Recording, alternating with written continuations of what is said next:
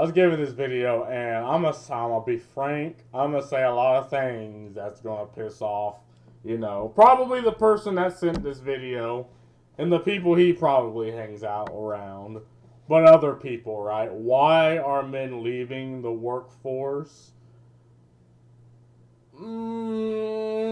Okay, just based off the title alone, I think it's happening because companies no longer value the well, how do I put this? They don't hold value as much value in the morality of their workforce as opposed to just making profit. Like there's obviously value held there, but it's not as much versus all how everything is raising in price. And there's this argument's always against people like younger, like adults. It's like there's always that thing I hear that kids nowadays just don't want to work, and it's like well hold the fuck on, you old ass bat, right? Just people are fine with working, but again, companies just do not invest anymore in the workers as much as they did when, say, my mother was my age, or when you and your 70, 60-year-old ass was my age. So when they move on to another business or company and they demand an extra 2%, and they just work there for 2 more years, move on to another company, demand another 2 or 3 more% in their annual in a raise upon getting in there. I mean, they're doing what they need to do in the workforce. They're doing what they need. They're playing the meta, right? Because it's like I was told this when I worked for Toyota, right? Like I was told by people who've been working there for 20, 30 plus years that yeah, they're really just cutting off so many benefits that we had when we grew up, right? Or when we worked here. And I hear that, and I'm like, well, so why would anyone work here long term anymore? And not even the motherfuckers I work with, they're like 60, 70 years old, about to retire. Not even they could really answer that. They're like, well, it's still a good job in comparison to any other job anywhere, like most other jobs in this place. Like still make a lot of money. You just don't make as much. And again, it's one thing working there. It's one thing, working long and getting your annual, like getting a raise just for working there, right? Because they tell you, like, you can make a lot of money there, even though most of the job is tedious work. But, if you're starting out now, as opposed to if you're starting out 20 years ago, you're obviously getting less. And again, people are seeing this, which is when it's not just Toyota. Again, you can still make a lot of money there, but people are seeing this throughout many other companies and many other workplaces. I'm gonna do this just so I'm not interrupted by fucking ads. And it's not that because people gladly work. It's just people would rather get what the fuck they're paid. Come on. Come on. I see you chugging. Men.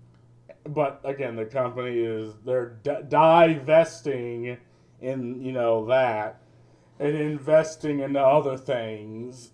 But, let's just get the video rolling. Men have been steadily dropping out of the workforce, especially men aged 25 to 54, who are often considered to be in their prime working years. As of August 2024, 13.7% of prime age men were not working, compared to just 7.2% in 1954.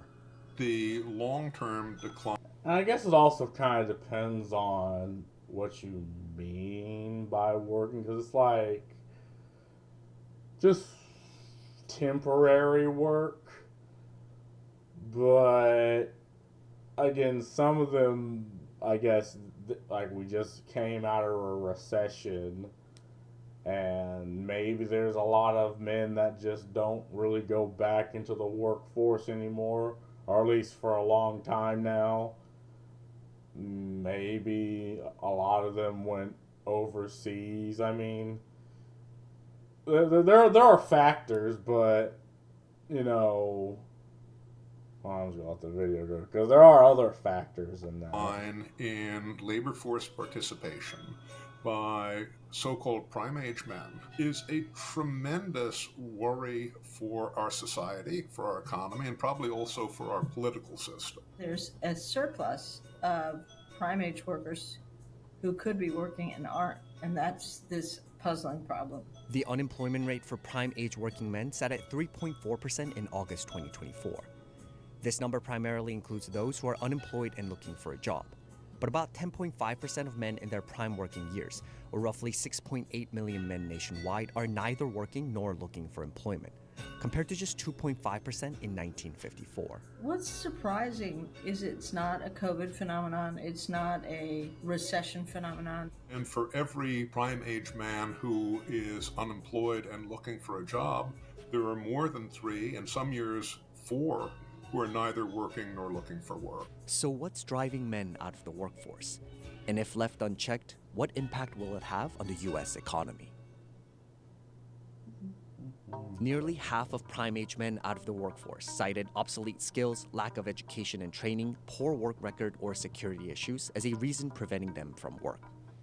Yeah, I mean, and again, a lot of entry level jobs effectively require some level of college degree, right? And you don't have, like, obviously, like truck drive, like there are jobs like truck drivers, construction workers, right? Warehouse that will always be needed, right? Like you can make a lot of money working in a factory, but is that really something someone wants to do? Even given the example I've given before, like before the video even started, right? Like, why would you go in now knowing they're investing less into you than if you went in there, say, 10, 20, 30 years prior? And they keep their benefits, but you go in receiving less. Like, why would you, even if you work your way up to eventually where they are, right? And it might take longer. Like, you still start out receiving less. And again, it's like, I guess Toyota is an outlier, right? But they will train you. Like, they'll gladly train you, but many jobs don't do that. Like, a lot of jobs are like, okay, you need the experience to get the job. But it's like, well, I need the job to get the experience. Because maybe working in a factory for Ford is different than working for a factory for Toyota. Even if there's a chance you're doing almost one for one the exact same job, they have different, work environment, different like standard, different ethics. Toyota has Kaizen, Ford probably has something different, GM probably has something else different. And if you want to understand this and if you want to work your way up, I mean, it's difficult. And a lot of people, like maybe working a temp job just isn't, applicable. Like maybe you're fresh out of college and you just need to work that job. And again, this is also goes into companies investing less into newer workers because, again, it is a risk. But I think that risk should stay. And I don't think temp work or contract work, like working as a temp for the company for like 2, 3, 4 years, like you get good life experience, you get good experience, but you're making less money and less benefits. And I just don't think that is something that some people just cannot settle for that, especially fresh out of college. But I mean, that's kind of the future we're headed towards. Education is a very important predictor of a prime age man's odds of being out of the labor force. The big impacts are on the non-college educated groups on their ability to enter and stay in the labor market. Men who are not college educated leave the workforce at higher rates than men who are. At the same time, fewer younger men have been enrolling in college over the past decade. If you look at the geography of where the most prime age men out of the labor force are in particular, they tend to be in places that have experienced manufacturing declines. They used to graduate with a high school education and have good, stable jobs. They weren't glamorous jobs. They were, automobile factories, sometimes mines, other manufacturing jobs, but they were respected, they were stable, and they could support a family. Since then, due to Yeah, what was that show where you had the guy who worked as, what was he, a salesman or a shoe salesman?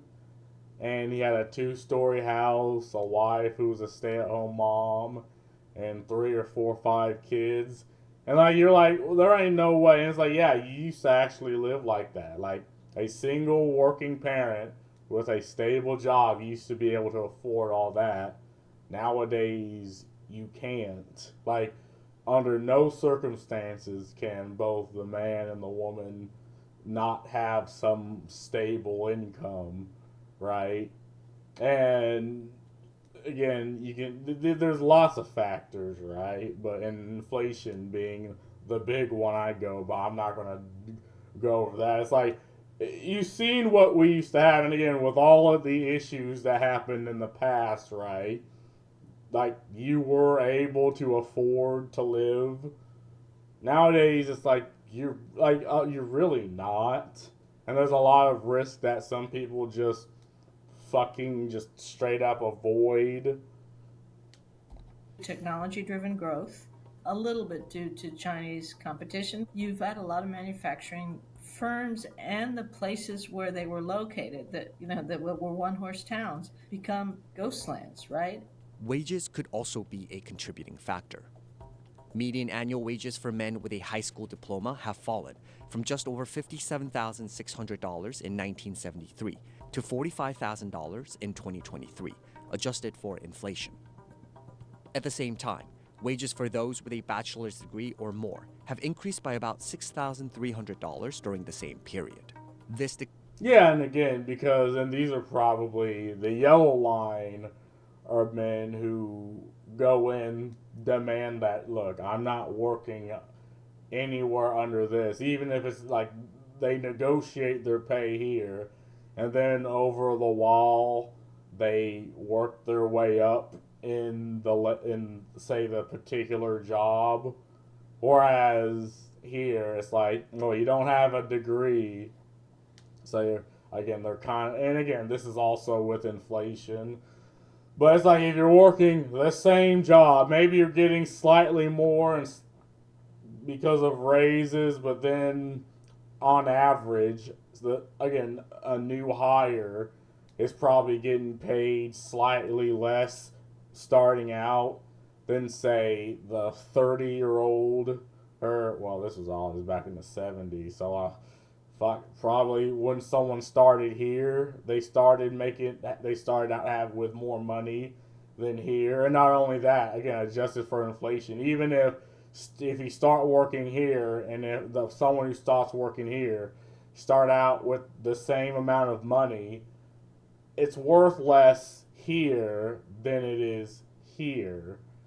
Decline in earnings led to a 44% growth in the exit rate of men without a college degree from the workforce between 1980 and 2019. I think, honestly, status plays more of a role than wages. As I said before, you had a manufacturing job, it was respected, you were part of a community, breadwinner for your family, you had organizations like unions or Rotary clubs that surrounded your job, and that's gone. In general. Yeah, I do agree with that. Again, there's just, like, for some reason, there's just less value in working age men nowadays than there was, say, even 20 years ago or even 30 years ago. And obviously, this is a cultural thing, and you could throw ideology in the mix. but, and this is also amongst companies. But again, you have jobs like truck drivers, which over COVID, I know truck drivers that made more money than any fucking doctor. Now it was a lot of money. I mean, it was a lot of work, but I mean, it was absolutely needed. And status does play a role, but also the culture also does. Having a stable family and stable values, like all these, like, and some of them aren't tangible, some of them are mental, some of them are perceived. It's like if you're not perceived in having much value as a young adult male coming out of, college or coming out of high school, it's like why would you now jump into a workforce knowing you're valued less and no one's trying to add value or uplift you. Like, I'm so fucking glad I utilized my connections to get into the position I was, right? Because I can see a lot of people that weren't in my situation and they would just, effectively fall off. Like, I started from, working from the railroad 12 hours a day, 5, even 6 days a week. And now I think I'm making more money and working less, which is amazing for me. Like, god damn it, if I could make even more money and work even less hours, you bet your ass I would. But again, when, say, my mother grew up, there was a different culture around work. But nowadays, it's like that same culture just doesn't exist. Men without children are also less likely to participate in the workforce compared to men with children, especially men without education or training after high school. What we have seen is a huge rise in the proportion of prime-age men who've never been married, and a very, very significant decline in the proportion who are currently married and have kids at home. And those two trends track closely with the big changes that we've seen about male attachment in the labor force. And again,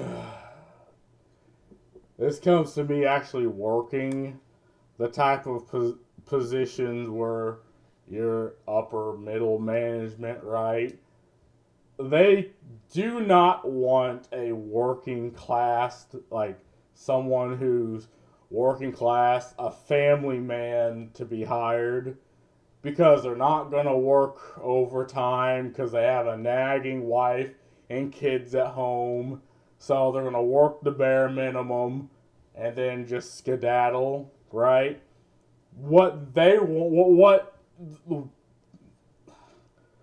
How do I say this? Where the value in a working person is a divorced husband who has to pay, I don't know, alimony, or a single mother who has like 5, 6, 7 kids at home, 5, 6, 7 baby daddies probably, because they will work overtime. They have to. Like, the single father has to work overtime to pay out the alimony or to pay off, the person with the kids, and the single mother has to work to provide for the 3 or 4 or 5 kids. Like, that is the prime workforce that companies want. And it sounds ridiculous, right? But again, I can only attest to my experience in the hiring. And it's not only that, right? You need some level of online presence. Now, for whatever reason, maybe it's, I don't know, because you can lie on a resume. Like, you think we don't fucking know you can lie on your resume? But you can't really lie about 10, 11, 12 years or 7, 8, 9 years of Facebook interaction, which is why I believe if you want to work your way up in the company, have the account have your Facebook account where you just meme, and have another account which just has things that you're legitimately interested in, even if it's tangential, right?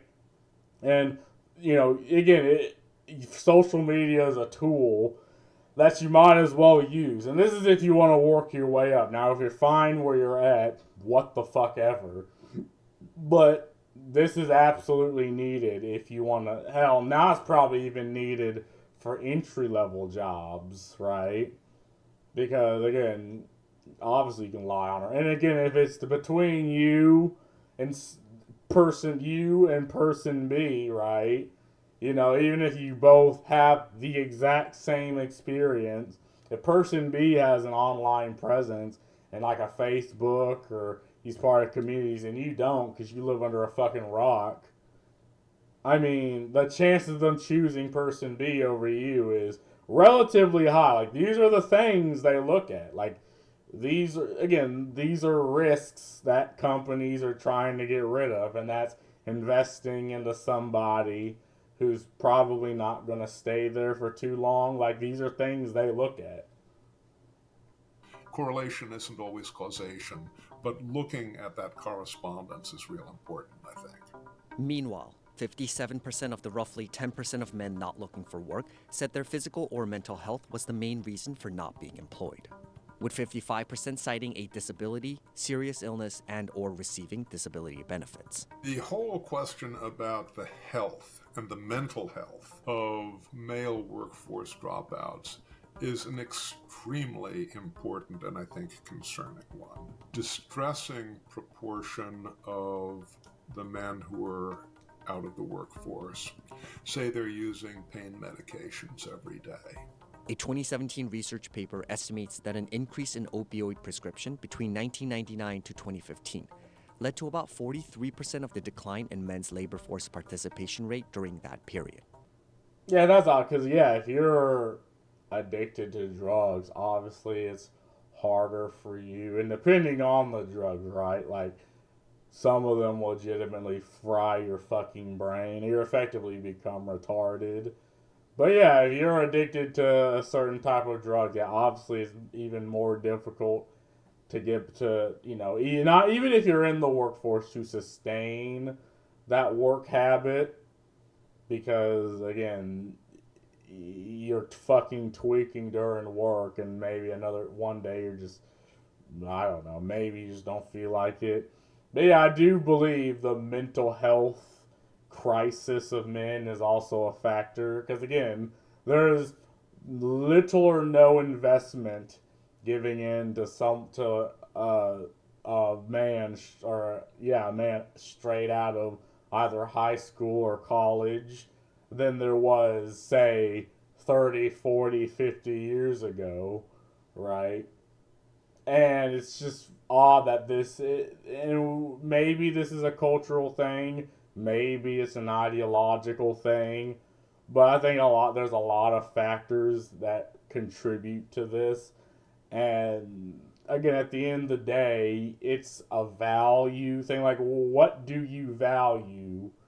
Like, some men value the work they do. Some people value what they do when they're not. Some value their community. Some value, again, helping people. And again, you need to grab onto these values and just hold on to them. Even if you're the only one who holds these values, like, it's just objectively better than if you just don't have any. And that's what I have to say about it. Look, I value my motherfucking video games that I play when I am not working, right? And gaming as an art form. I don't give a fuck if anyone has a problem with that or not, right? Because, again, what are we, 12 in high school, right? And again, but I think just having them just make you a happier person at the end of the day. But this is just me. This is me speaking on my own experience. So then you have to ask, what sort of pain are we talking about? Are we talking about physical pain? Are we talking about metaphysical pain? There's an enormous amount of depression, mental health challenges that men in this grouping face. Some of this is a chicken and egg question. Did you drop out because you were feeling sad? Or are you sad because you dropped out and you're living on the couch? Unemployment is really terrible for people's well-being. Often people adapt to all. And the thing is, I'm just stop pausing. It's like the thing is, again, where was I going with this? Yeah, I mean the thing is, you're still required to maintain the same level of like. You're not valued as much, but you're still required by say society to maintain the level of workmanship in the workforce, even though you're valued less by companies, by other people, right? If you don't have say a college education, you're valued even less, right? But you're still supposed to maintain the same level of workmanship, and some are just like, well, why would I want to play this game, right? And even if you don't have kids and you don't have anything to work for, again, you're like, well, why the fuck would I even do this? Why not just work on myself, or why not just not do that? Like, why not just sit at home, play video games, suck up, disability for as long as I can? And there's a lot of that. Then people do this thing where, like, okay, so like conservatives will do this thing where they blame porn or they blame video games, like they blame they blame the vice instead of the reason why. And people do this because they don't want to sound stupid. They have to have something to fucking say. And it's like, we know that if you just erase one vice, if the situation remains the same, people are just going to move to another one, maybe an even more harmful vice. And I do believe in some situations, like the opioid epidemic, like if you deal with that, I mean, it is a step in the right direction, because, again, it's very difficult to get back or to even maintain a work life if you're addicted to drugs. But just throwing problems onto the way people cope with the issue instead of the issue itself is just idiotic to me. Like, I can never really understand that. Again, it's something people say because, they're met with a complex issue, but they don't want to think about it complexly. They want to be, I don't know, let's just erase the things around that people turn to. And it's like, well, I mean, one, that's impossible. Two, you're not addressing the issue. All kinds of negative shocks, losing a kid, being widowed, whatever, and eventually kind of come back. But long-term unemployment is one of the worst things in terms of that. So what you have is a kind of scarring effect, and it's worse for men because their identity is much more wrapped up in their role as a worker. Men's declining workforce participation can potentially leave a lasting impact on the American economy. It means slower growth of the economy, obviously. It means bigger wealth gaps within our society. It certainly will have an impact on our productivity, and probably already is. The U.S. has been experiencing a severe shortage in labor, still missing 1.7 million Americans from the workforce compared to February 2020. The McKinsey Global Institute estimates that U.S. GDP could have been $296 to $442 billion higher in 2023 if the country had been able to fill its job vacancies. However, some experts suggest the impacts of men leaving or never entering the workforce could be more sector-specific. You need young men coming in wanting to replace those people going out. And so if men have primarily been in more manual labor, more blue-skilled and skilled trades, if they're older and they're leaving into retirement and there's not as many young men coming in, both because of declining cohort sizes, but moving in a different direction type of careers, we're going to be losing that sector of productivity. Despite a steep rise in federal funding, the infrastructure sector hasn't been able to find enough workers, with the construction workforce shortage surpassing 500,000 in 2024. We are a little. Yeah, I do believe a lot of people went back to work, but it's the type of work. Like, I know a lot of them maybe enter like the IT sectors or contract work or a lot of IT jobs, but again, construction workers, jobs that, yeah, are maybe icky, maybe are looked down upon, but is 100% required to, a stable society. And I do believe there's a level of this that is outside your control, because what happens is, if when families and where people are living better lives, they have less children. Because, say, when my grandfather was old, like, you didn't really have much of the welfare state. Like, your welfare was raising your kids and ensuring that, you're not an ass to them. So maybe a couple of them will come back and, help you when you're old and pissing on yourself. But, and then that was your incentive, right? But nowadays we have a lot more welfare than back then. So a lot of people just suck the welfare teat. And this leads to nowadays let people having less kids, right? So it's like you need, a certain amount of people to replace the ones leaving, and people need to start baby making. But I don't believe there's something that can be fixed.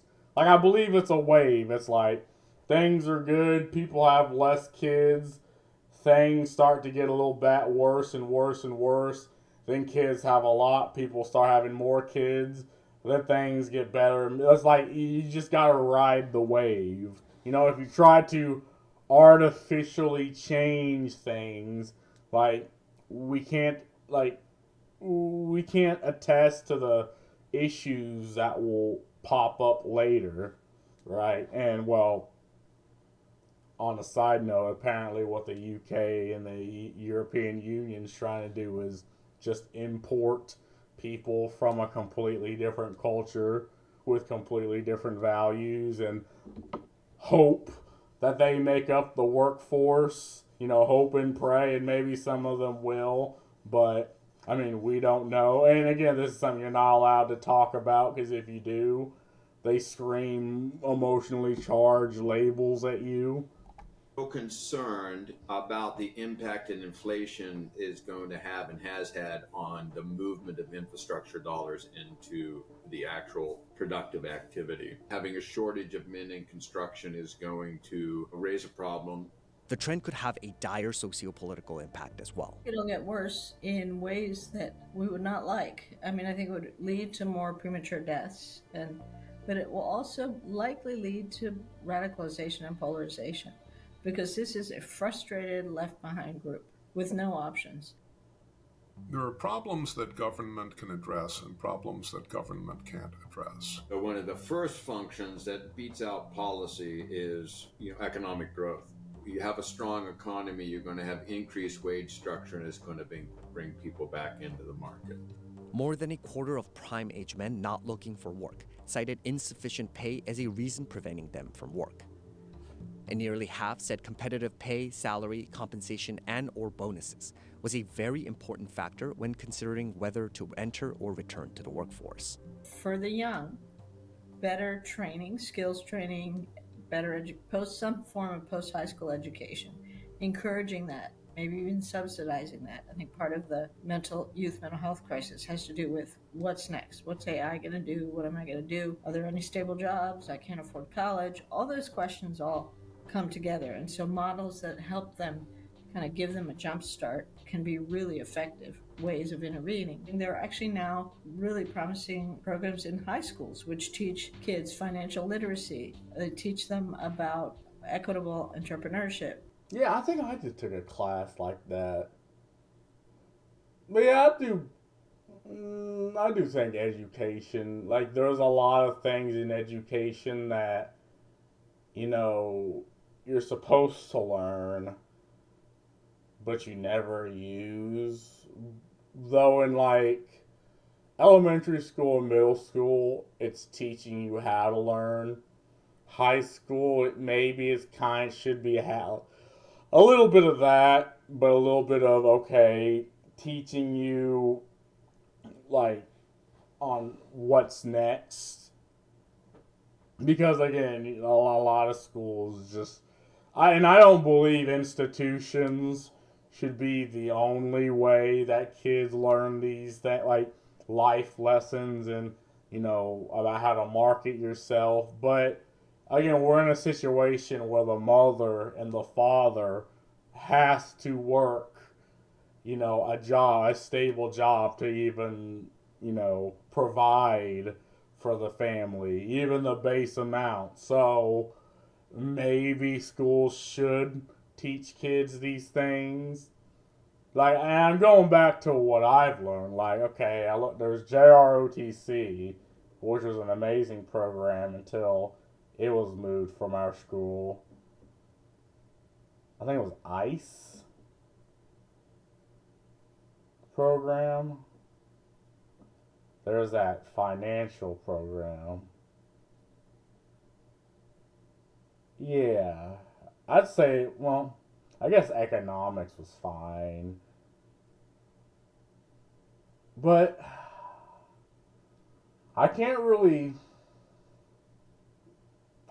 think of anything else that I used out of high. Any of the things I've learned that I actually use, and I'm talking like my senior year. Actually, if I go back to like my junior, I personally can only recall back to like 4 classes out of like my entire high school.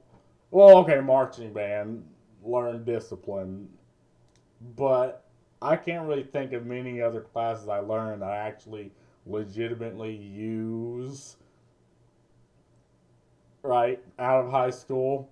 Now there's quite a few I could go back and that I used from college, but again, I'm not the best source of this. I fucking hated high school, and even the classes I actually maybe somewhat tangentially was fine with, I still would rather have just been playing fucking Halo.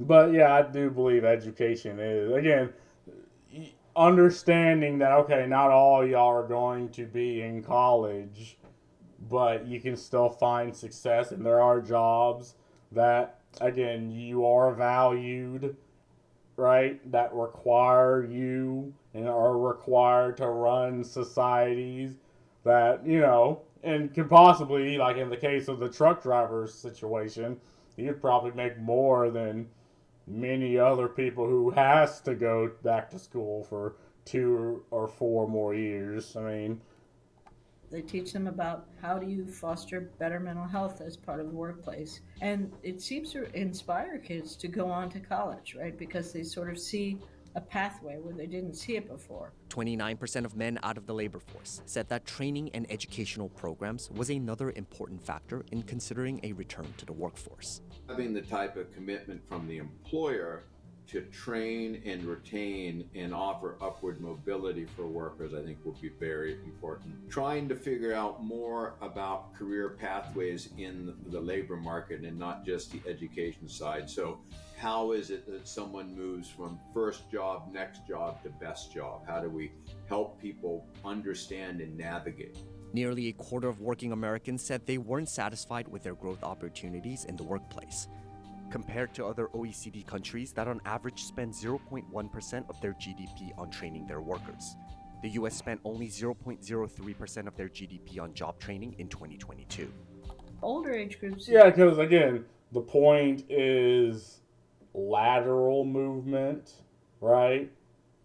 It's horizontal movement from one company to another company and to another, and demanding slightly more starting out and slightly more starting out than vertical movement, as in going to that company, working your way up maybe from, the worker to the management or to a team lead, then working even further up from there, right? And again, it's this idea that kids just don't want to work. It's like, no, we're kid like young adults are doing the vertical movement because, again, because companies are investing less and less into training, into the workforce, and again, entry level jobs are dang near acquiring what 4, 5, 6 years of working in that position, right? Or maybe even associates or a bachelor's degree, right? This is where things are going towards, and again, the young adults are just doing what the fuck they need to do, right? So, and because of that, you're not going to stay at a company for too long because that's not what companies want. That's not where the money is. The money is moving vertically to that one company, right? And getting the most pay for because you work like 2, 3 other jobs for 5, 6, 7 years prior. That's just where it is. And again, Toyota's the outlier. And again, if you're fine with where you're at, I mean, that's okay. I mean, some people, again, don't really value in making as much money as possible. Some people value, again, other things, and the job is just there. And the job is, again, part of the values because you make friends, you people you play games with, you play Xbox with, or people how you even play D&D with, or go to church with. And again, all of those things are fine, but it's something that needs to be addressed. Like, you do not need to make every single conceivable dime to be successful, right? It's tougher. You're probably not going to get these guys to retrain, but there are a lot of programs that have largely been pioneered in the UK, much more than here, but we're starting to pick up on them, that literally just try and reboot community activities. They get these isolated people in despair out of their houses. It can make a difference. Social programs like disability benefits spark contentious debate. It's very controversial. People have very strong opinions about this. While we don't know why it is happening, we can be pretty clear that the social welfare programs are helping, and the disability programs are helping to finance this situation in a way that was never originally intended. A 2018 analysis by the Joint Economic Committee found that 64% of prime-age men who aren't working were receiving some sort of government assistance. So the one benefit that they rely heavily on is disability insurance. One, because they often are unable to work if they have a physical injury or high levels of addiction or whatever. But it also provides health insurance, which is huge. Very much against the initial intentions of the founders of the program. They've ended up with a perverse situation that too often subsidizes or even incentivizes helplessness and long-term dependence.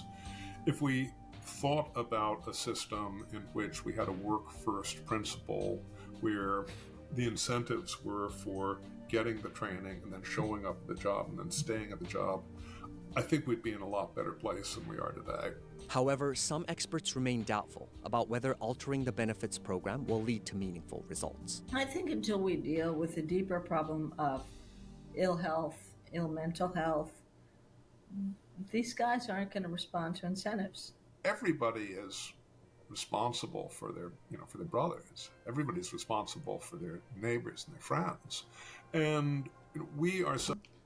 To an extent, I disagree with that. Like, look, I mean, I grew up with the understanding that, we even put too much emphasis on mental health. Like, when did we decide that bucking the fuck up and pulling yourself up by the shoelaces, right, by your shoestrings, like, when did we decide being stoic and being like, look, I have a duty, I have things I gotta do? Like, when did we decide that that was a bad thing, right? It's like Stoicism is a very manly ideology, and if most people actually went with Stoicism, we wouldn't have these issues, and the people trying to impose these issues would be laughed the fuck at. Like, again, when did we decide that, you know, and it's not mathematics, right? It's not science. It's not, if you think this way, this will happen. But I do believe you will reach you'll land in a higher bracket of success just having that mentality than if you didn't, right? But for some reason, you're told no, in fact, you shouldn't have that, right? You said, oh, well, men should cry. And it's like, why? Like, men don't feel the need to fucking cry. Like, I feel the need to be fucking toxic when I'm angry. And that's fine if it's in a healthy and completely, you know, healthy, unviolent situation. That's fine. But again, it's like we've decided that, you know, the way men acted back in the 20s and 30s, right, and the 40s with all its problems, right, had that level of benefit. But because it had the problems, it's just like, oh, well, we need to remove that and now install a completely different, completely alien way, right, on how we need a treatment or how you should interact with the world. And I think that's the fucking problem, right? People have just stopped being like, you know what, I have these issues, I'm going to deal with them so I can move on and provide for my family or for myself or for the people around me. Like, when did we decide that was a bad thing? Right?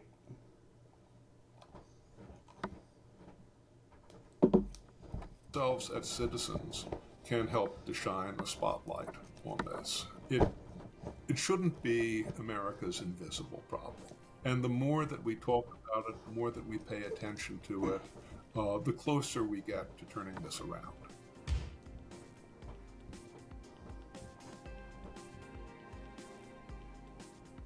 What was that fucking sound? But anyway, yeah, I mean, all right, video. I'm not an educated source on this sort of topic, but I gave my opinion, and well, it is what it is. This video is about young men not gainfully employed. Not gainfully employed. They interview women and old men. No young men were consulted here. This exemplifies the root problem. Young men and their concerns are not important whatsoever. Well, I mean, I thought these were like sort of like experts of the situation, right? I'm not saying that those people were just some randos.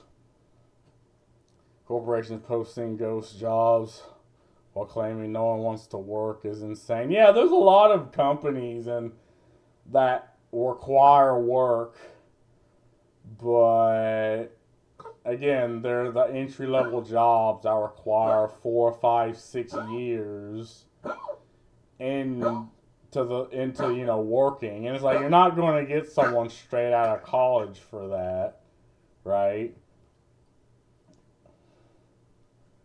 The shortage of workers line is a fallacy.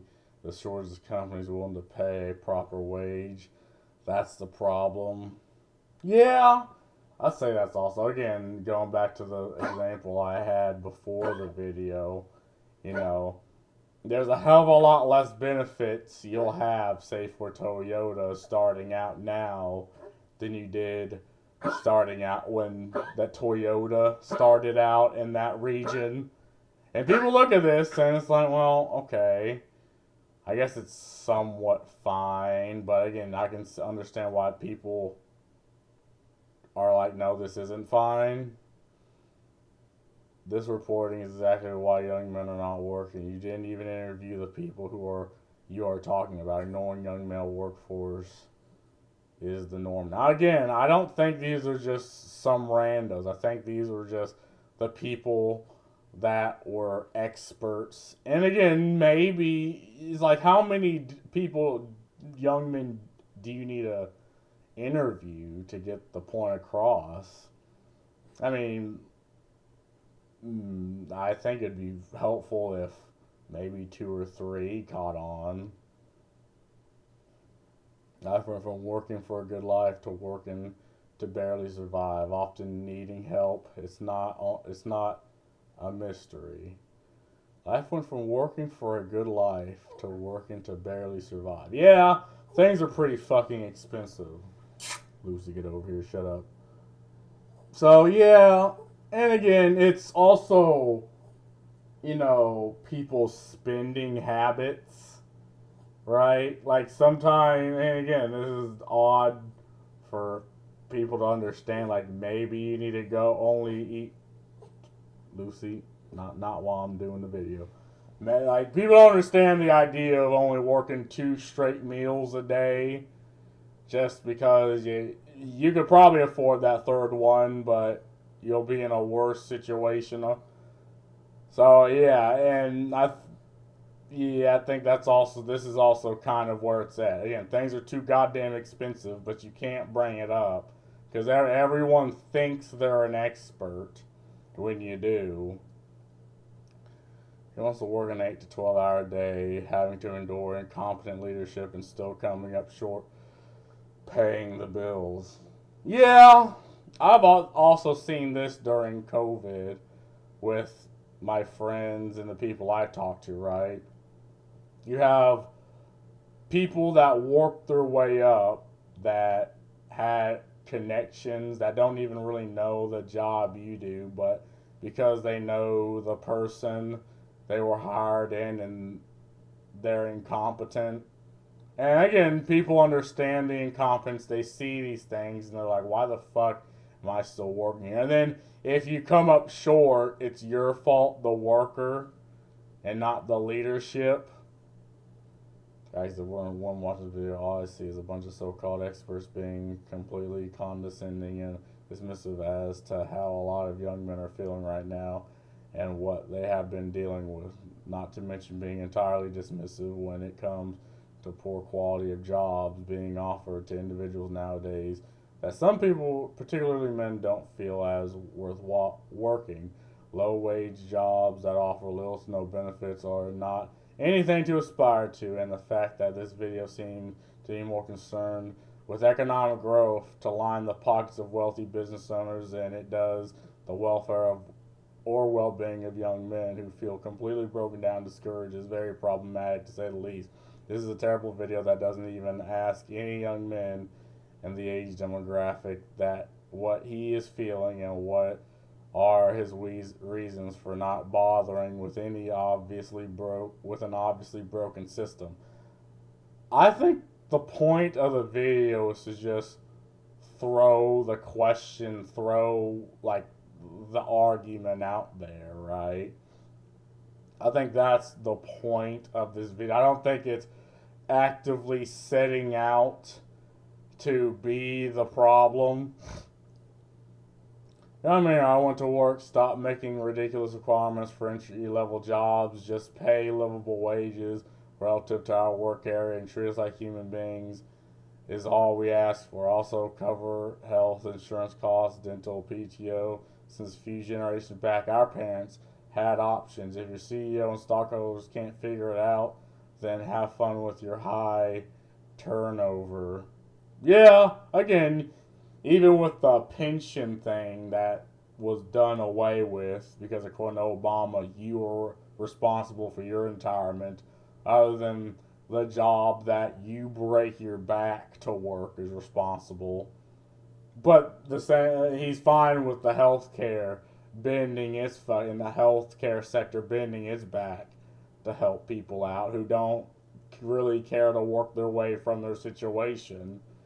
Very, very, very weird. Imagine telling multiple generations that they have to work full time in order to never own a home, never own a car, never take a single paid vacation, no health insurance, 0 sick days, no benefits, no overtime, no paid lunch breaks, no groceries, no savings, no retirement, no children, no future, and then complaining that they don't want to work. Again, Toyota, you can afford all these, but again, Toyota's also the outlier. Yeah, a lot of companies, right? They just don't no longer invest into the worker. In fact, they try to squeeze the worker for all they possibly can until something snaps. And again, this is something that I've figured out. Like, when you have any type of job that has like a day shift or a night shift or a first, second, third shift, there's like in any company there's always the the animosity between shifts. And I don't know how much of this I can say. Let's just say there's a reason, or let me say this. A company can absolutely put the kibosh on that, right? Like, easily. Just without exception, put the kibosh on the Looney Tune ass, schoolgirl ass drama that comes from shift work between shifts. But it's real odd that they don't. It's really odd that companies keep the animosity going. It's almost like there's an incentive there. But anyway, they do not interview any of the men in the 25 to 45 demographic. Yeah. Like, again, if they were to do that, and this is CNBC, they absolutely can do that. I guess they just didn't. Don't overthink it. Want more workers, raise pay. Want more college education, educated workers, lower the cost of college. Yeah, but see, we live in a system where you don't have to lower the cost. Because, again, people are willing to pay. People are willing to go into debt. Like, we live in a system where people are absolutely willing to go into debt to go to college. Right? Absolutely willing to take out loans. And because of that, college will always just, remain high. And it's always a talking point that they'll deal with college debt and all that, but it has never really been dealt with. People get tired of apply to these fake job ads. I'm in South Florida and I work in IT, and that's what the past 3 years I just keep seeing the same job listings over and over. Yeah. Because, again, they're trying to fish for that optimum. Again, if you're trying to fish for the optimum person, you'll try to cast somewhat of a wide net and then maybe pick 1 or 2 people that shine. Even if everybody fits the description, maybe you get that one person that has a little bit more on the resume than the other. But anyway, that's all I gotta say about this. It's an interesting situation. I am in no way, shape, or form. I just worked in upper management and upper management positions in companies, and there's a lot of things I'm told to do that I don't agree with, that I had to do. There's a lot of things I'm told to do that I don't agree with, and I fucking don't. Right? And I suffer the consequences. But, that's sort of the thing with a job. But anyway, that's all I gotta say. Peace.